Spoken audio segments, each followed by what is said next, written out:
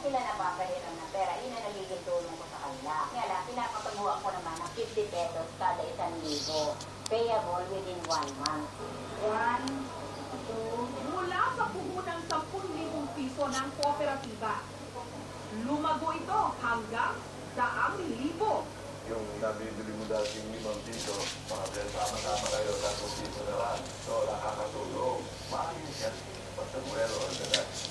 At 1,000 pisong kinita ni Tess mula sa kooperatiba, pinaiikot niyang puhunan sa pamimili ng dry water lake na ginagawa niyang chipboard. Attitude na dapat magkaroon ng isa na katulad ko ng bahay, huwag kang susuko, huwag kang titigil.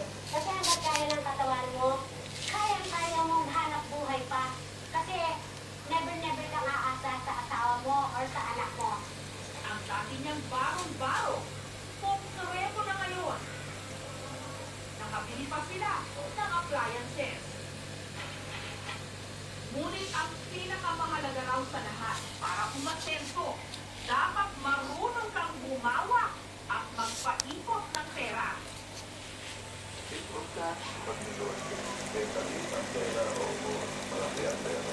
Hindi i-record mo. Pagkano pumasok, kano lumabas. Makakala mo yun, pag pinita ka ng 20 pesos sa binenta mo, 10 piso, kumita ka ng 2 piso, alam, 20% kumita ka. Eh kung yung gastusin mo sa elektrisidad, sa kung ano-ano pa, renta mo, pinocover mo na dapat. Si Lucy, hindi nagkasya sa 12 taong pamamasukan bilang tindera ng damit sa Baclaran.